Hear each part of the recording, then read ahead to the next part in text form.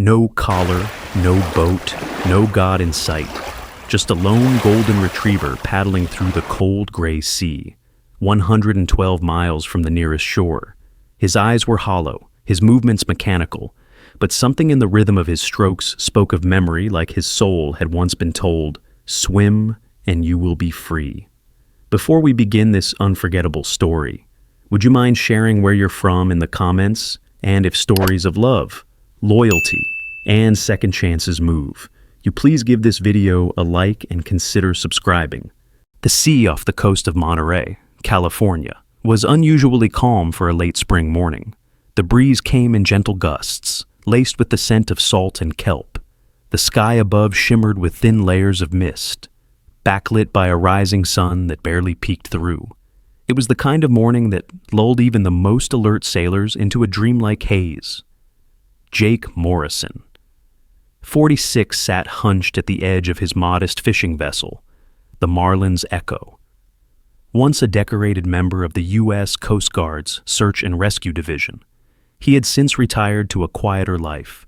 His tan skin bore years of sun exposure, and his broad shoulders hinted at a man who had pulled too many lives from too many wrecks. His gray-flecked beard was trimmed, his eyes a sharp, quiet blue eyes that had seen storms, both on the ocean and within himself. After a tragic helicopter crash 5 years ago that cost his younger brother's life, a fellow guardsman, Jake left active duty. Guilt rode his shoulders like a permanent anchor, and fishing became his peace. He didn't fish for sport or commerce. He fished to think, to breathe, and, perhaps, to forget. That morning, 112 miles off the shore, he had been adrift for over 3 hours. No bites, no excitement, just the soft lapping of waves and the familiar creak of the boat's old planks. He was about to reel in his last line when something unusual caught his eye, a golden shape bobbing among the swells. At first, he dismissed it as driftwood, perhaps a chunk of sun-bleached palm or discarded wreckage. But the motion wasn't passive. It moved against the current, struggled, resisted. Jake narrowed his eyes and reached for the binoculars hanging from a hook by the wheelhouse. When he focused, his stomach twisted. It was a dog, a large, golden dog. Jake's voice left him as adrenaline surged. He gunned the small boat's motor and turned sharply toward the distant shape. The closer he came, the clearer the desperation of the animal became. It was paddling frantically, snout barely above water. Each stroke looked like a battle lost. "Hold on, buddy," Jake muttered, already stripping off his jacket. The dog was a golden retriever, soaked and trembling, his thick fur heavy with salt water. As Jake approached, he saw that the animal's movements had slowed to sluggish jerks. The retriever's eyes, amber and clouded with exhaustion, met his for a brief, soul-piercing second. Then the dog's body began to slip beneath the surface. Without hesitation, Jake dove into the ocean. The water was colder than it looked. It bit into his skin and tried to steal his breath, but his training kicked in. He swam with practiced strokes, closing the distance in seconds. As he reached the dog, its limbs gave out completely. Jake wrapped one arm around its barrel chest and kicked furiously back toward the boat. Getting the retriever onto the deck was a battle of balance and strength. Jake grunted as he shoved from below, guiding the limp animal up the side ladder. The dog flopped onto the floorboards in a heap. Twitching, Jake pulled himself aboard, panting and dripping. He knelt beside the creature, brushing water from its face. "You're okay? You're okay now," Jake whispered, his voice hoarse. The golden retriever didn't move, but his chest rose in shallow, labored breaths. Jake grabbed a towel and gently covered him. As he examined the dog, he noticed something unusual beneath the left ear. The fur was thin, revealing a triangle-shaped scar, precise and symmetrical. There was no collar, no harness, no ID chip found in a quick scan. The dog's paws were raw. He had been swimming for hours, possibly more. Jake poured fresh water into a shallow bowl and placed it nearby. The dog's tongue flicked once, tasting, but he didn't drink. "You're not just a lost pup, are you?" Jake murmured. Elsewhere, back on shore in Monterey, the fog was lifting slowly off the buildings lining the coastal town.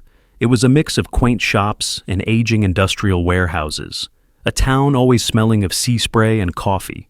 Among them sat the old Graybridge Research Facility, now shuttered, abandoned for over 2 years.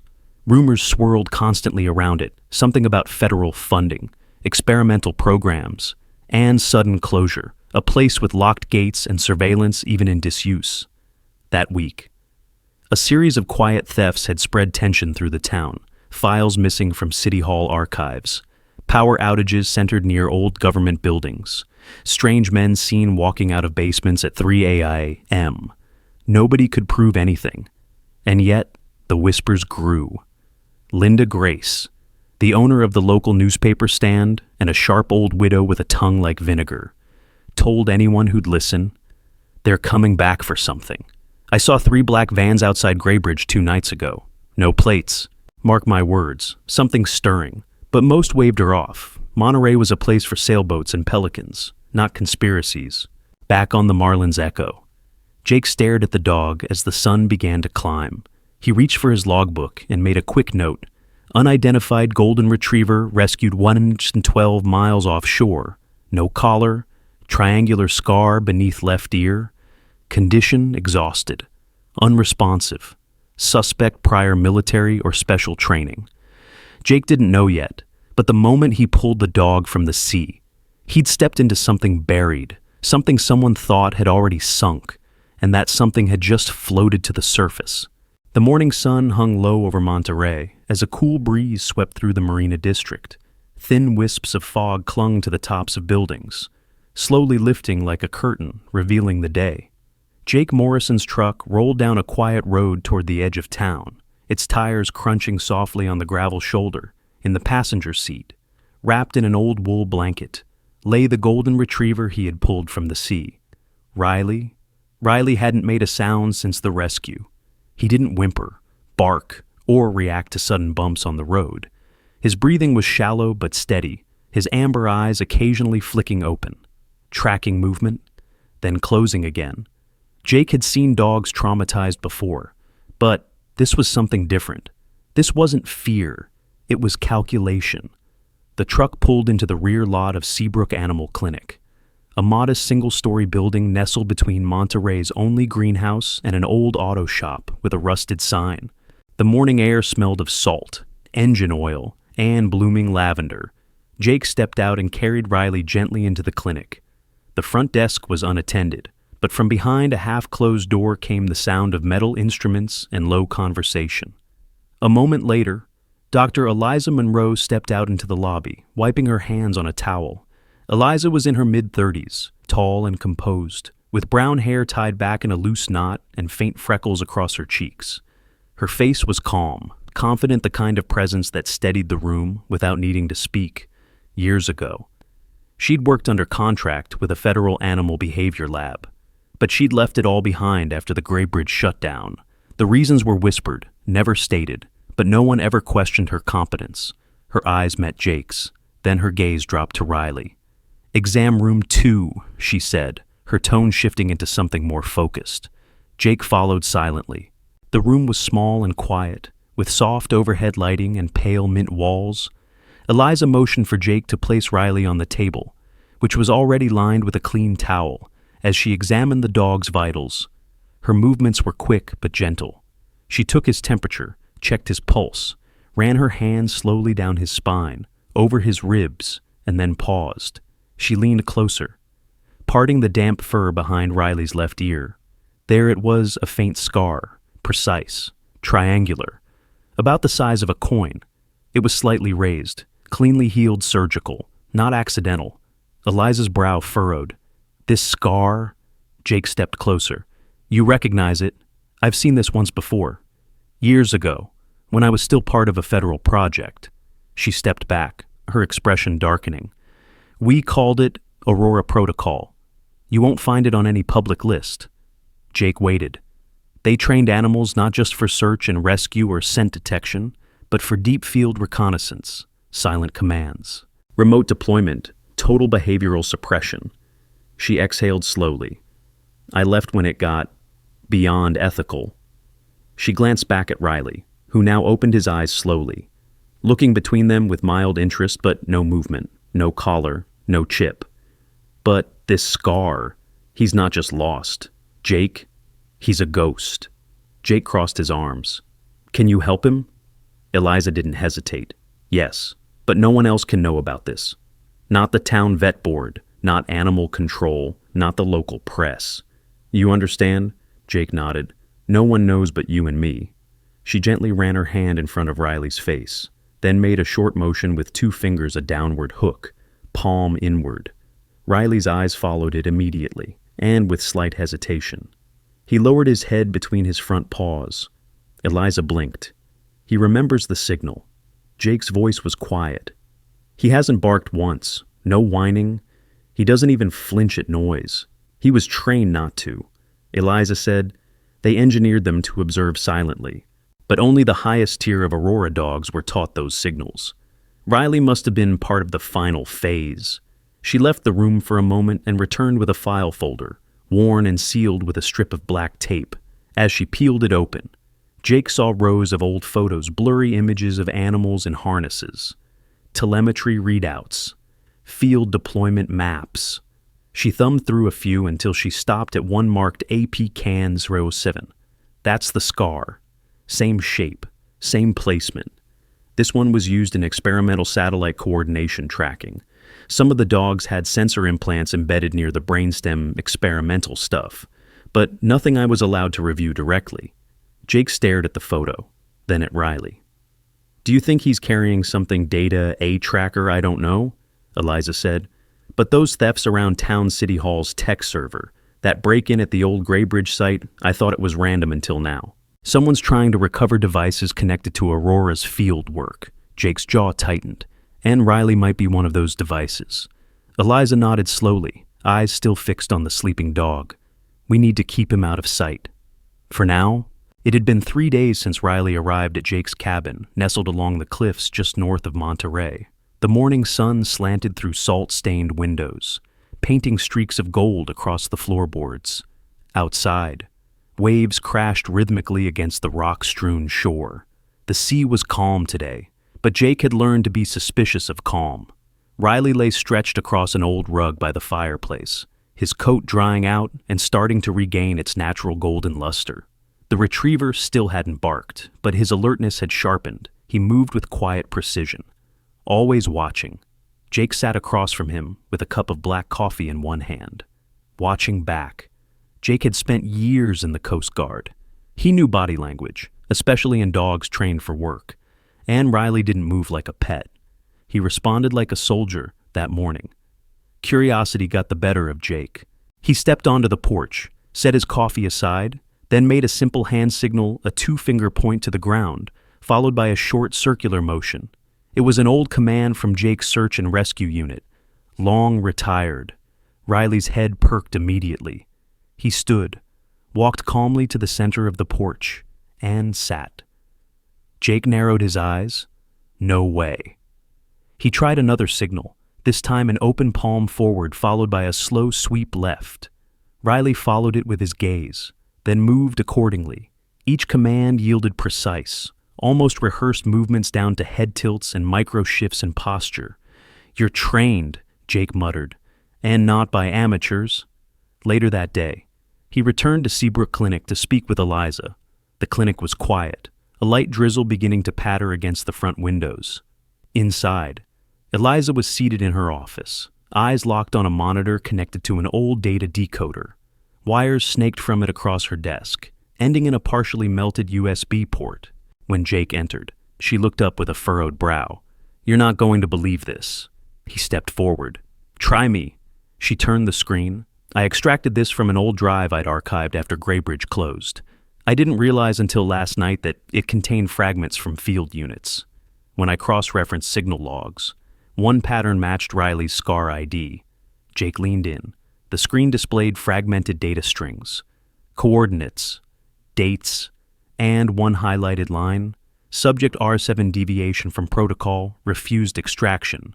Status MIA. MIA, Jake asked. Eliza nodded, missing an action, but read the note below. The second line read, flagged unit exhibited behavioral divergence, disregarded recall stimulus, final status lost at sea. Jake exhaled slowly. So he didn't get left behind. He chose not to return. Eliza sat back. Something happened out there, and he refused a direct order. That's not just behavioral error, that's conscious disobedience. Jake scratched his jaw. He may have seen something they didn't want him to. Just then, Marla poked her head in from the hall. Sorry to interrupt, but someone's here asking about a golden retriever. Said he's from Animal Rescue Coordination Board. Has a badge. Jake tensed.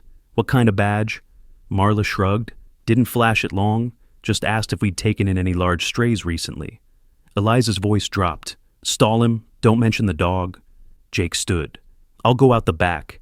He moved through the rear hall, exiting through the employee entrance and into the clinic's fenced garden. Riley waited in the truck, ears perked and body still, as Jake slipped into the driver's seat. He glanced across the street. A dark green SUV idled at the curb. The man who stepped out was tall and neatly dressed in khaki slacks and a windbreaker with a stitched insignia that looked official but generic. Too generic. The man was in his late 40s, lean with sun-weathered skin, close-cropped dark hair, and rectangular glasses. His expression was calm, friendly even, but to Jake, it looked practiced. He drove off quietly, taking the longer route around the marina. Away from the main street, Riley remained alert in the passenger seat, watching the road as if he, too, knew what that man might represent. Back at the cabin, Jake opened the old sea chest beneath his bed. Among his weathered rescue gear and journals, he pulled out a military-issue laptop, long since decommissioned. He booted it using a legacy access code. The device groaned to life. Displaying an interface from over a decade ago, he typed in a search Aurora Protocol plus deviation logs plus canine units plus R7. Most results were blocked, but one came through a location log. It referenced multiple offshore surveillance points between Northern California and Alaska. Riley had been part of deep-sea observation operations, likely tied to sonar or unmanned submersible tracking. One log file was marked Asset Conflict Detected, Handler Override Rejected, Remote Failsafe Aborted. Jake sat back, stunned. Riley had been given a command to return likely triggered by a handler, and he had refused. Meanwhile, at Seabrook Clinic, Eliza returned to the decoded files. While scanning deeper into the metadata, she found a fragment marked Thermal Core Implant, Secondary Wave Detection Module, Removed Post-Retrieval. She blinked, removed. She pulled out her own journal and found an old surgical note she had archived during her final months at Graybridge. It referenced an early version of an embedded data capsule used in 2 canine units, one of which was believed lost. Eliza whispered, "He's already been harvested. They took it out before letting him go," which meant Riley was discarded, not lost. She looked out the window toward the cloudy sky. If that chip had been removed before Riley ended up in the water, then someone had planned to get rid of him, and now they were back, pretending to search probably not for the chip anymore, but to tie off loose ends. Riley was the loose end. The sky over Monterey had turned gunmetal gray by afternoon, heavy with the promise of rain. Jake had driven inland briefly to meet an old supplier for a piece of diving equipment he needed to repair, nothing urgent. Just routine maintenance for his boat's sonar rig. He was gone for no more than 2 hours. Back at the cabin, the wind whistled between the pine trees surrounding the small, weathered house perched near the cliffs.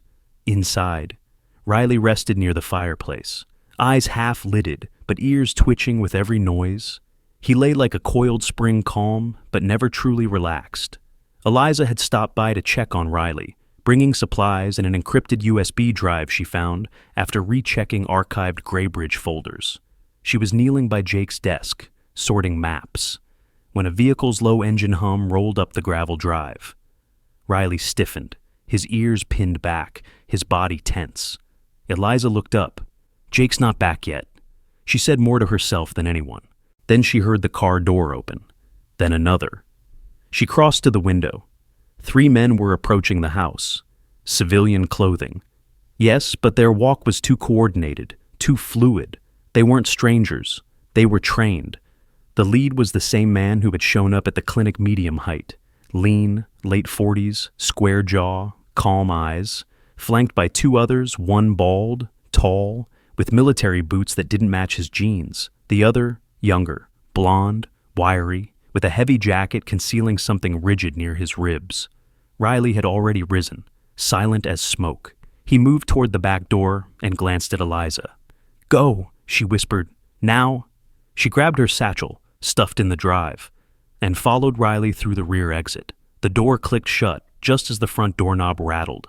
No knock, just force inside. The three men swept through the cabin in a formation too tight for house burglars. They moved quickly, heading straight to the bookshelf near the corner. One pulled it forward slightly, revealing a false panel. It was empty. Another checked the fireplace, pulling loose a brick with a chisel.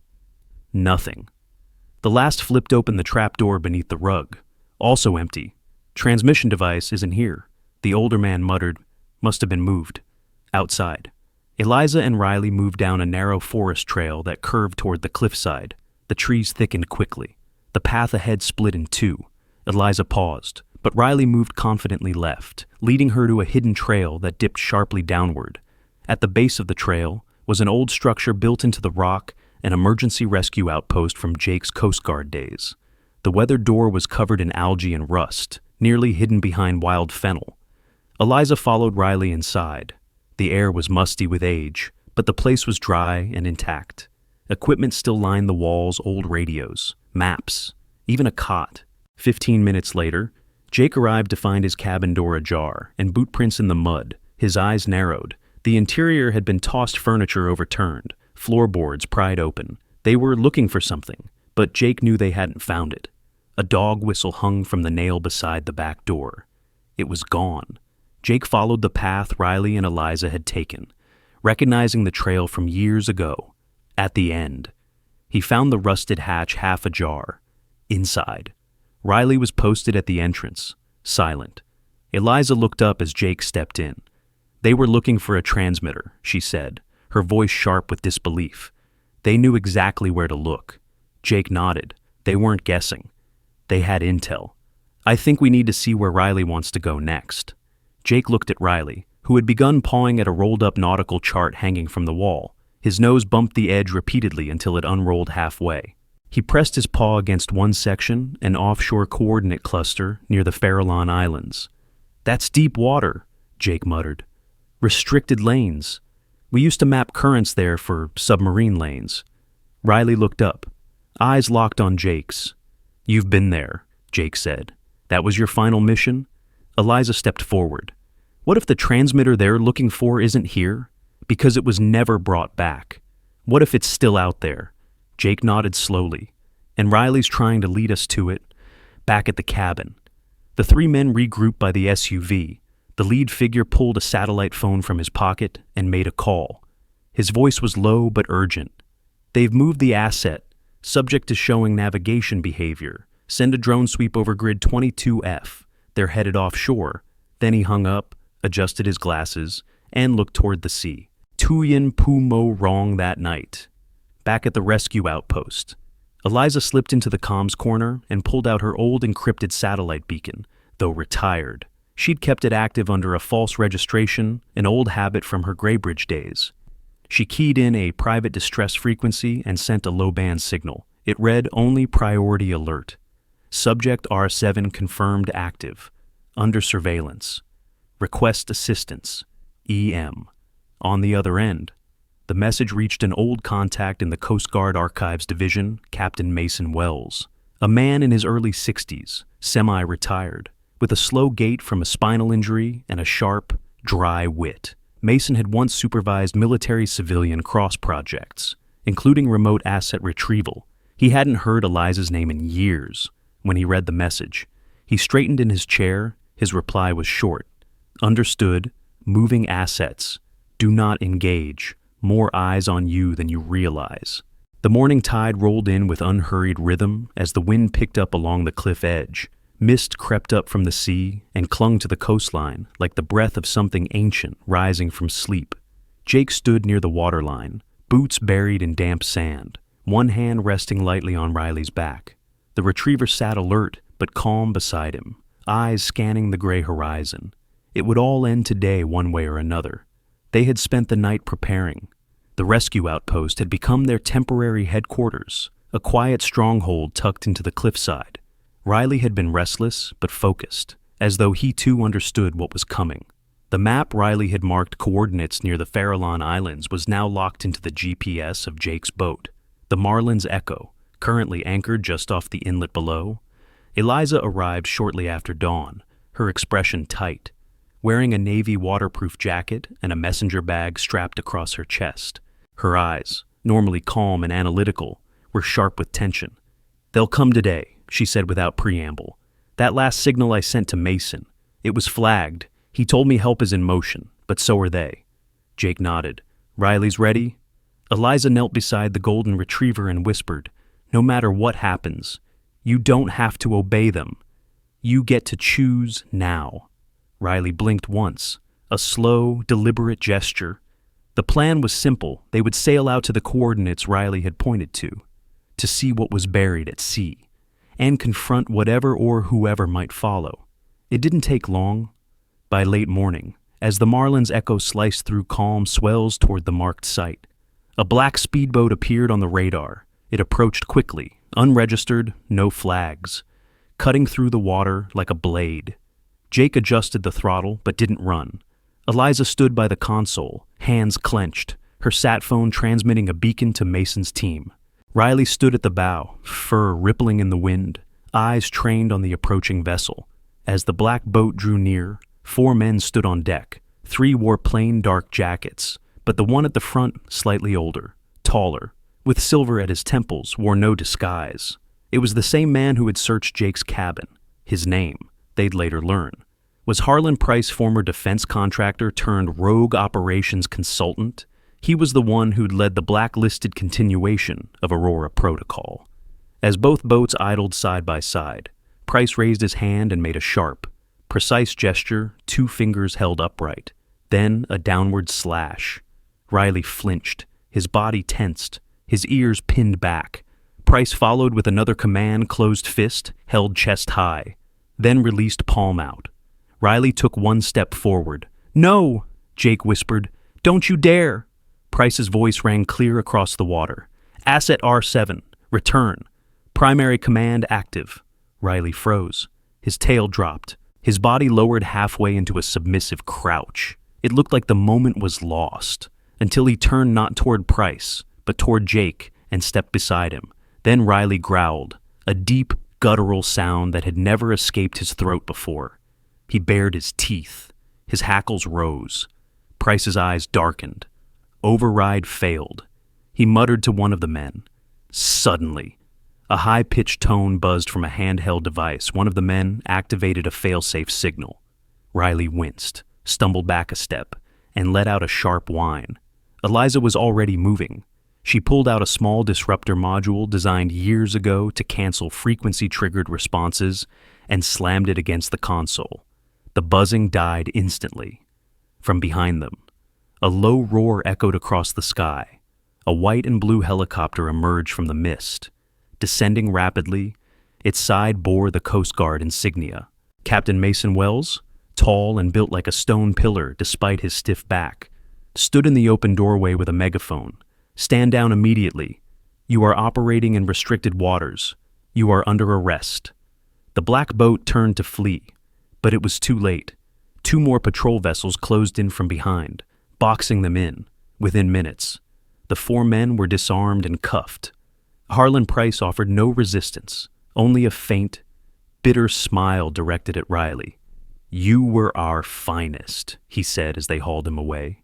Jake, Eliza, and Riley watched in silence as the men were escorted onto the patrol boats, back on shore, beneath clearing skies. The ceremony was quiet but heavy with meaning. Jake brought out a small box. Inside was a collar, simple brown leather, aged but sturdy. A new tag gleamed at its center, etched in clean. Strong lettering, Riley, no numbers, no codes, just a name. He knelt in front of the retriever, hands steady, voice soft, not R7, not a tool, just Riley. "My partner?" He fastened the collar around Riley's neck. The dog blinked slowly, then leaned in, resting his head lightly against Jake's shoulder. Later that week, Eliza received a sealed letter bearing the official crest of the National Wildlife and Tactical Research Division. It was an invitation not just to return, but to lead a new joint effort focused on rehabilitation and reintegration of animals affected by prior classified programs. The letter was signed by Mason himself.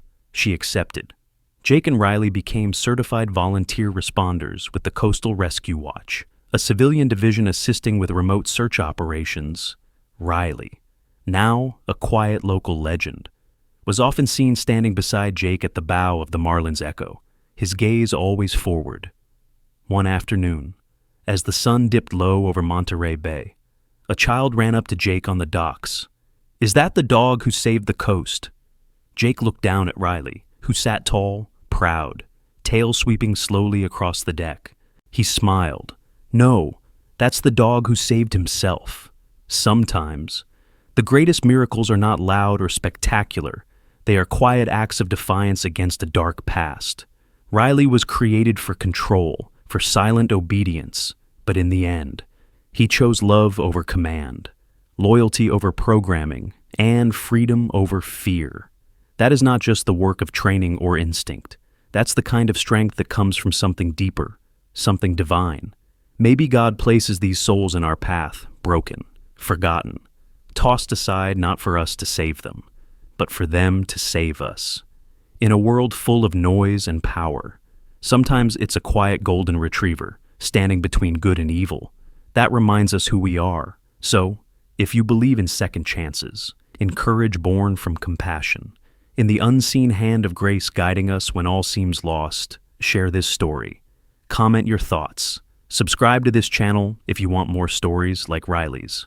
And if you felt something stir in your heart today, write Amen in the comments and say a prayer for all those still waiting to be found, both man and beast. May God bless you and guide your heart always.